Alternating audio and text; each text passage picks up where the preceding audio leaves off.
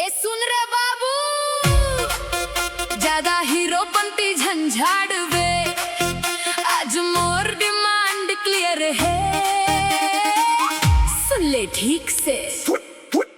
मोला melody chocolate चाही, बात खत्म रे, ज्यादा ज्ञान झंझाड़ वे, बात खत्म रे। रोज जानू जानू बोलत है बड़ा स्मार्ट बन के, आज चॉकलेट ले, बात खत्म रे,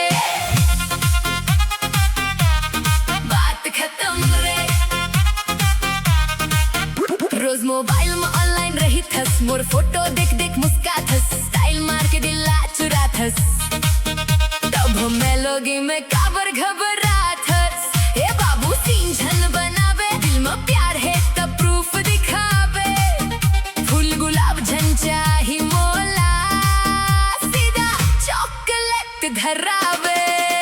मोला मेलोडी चॉकलेट चाही, बात खत्म रे, आजे हाथ में चाही, बात खत्म रे, ना बहाना ना कहानी, सीधा डिमांड है रानी के, बात खत्म रे,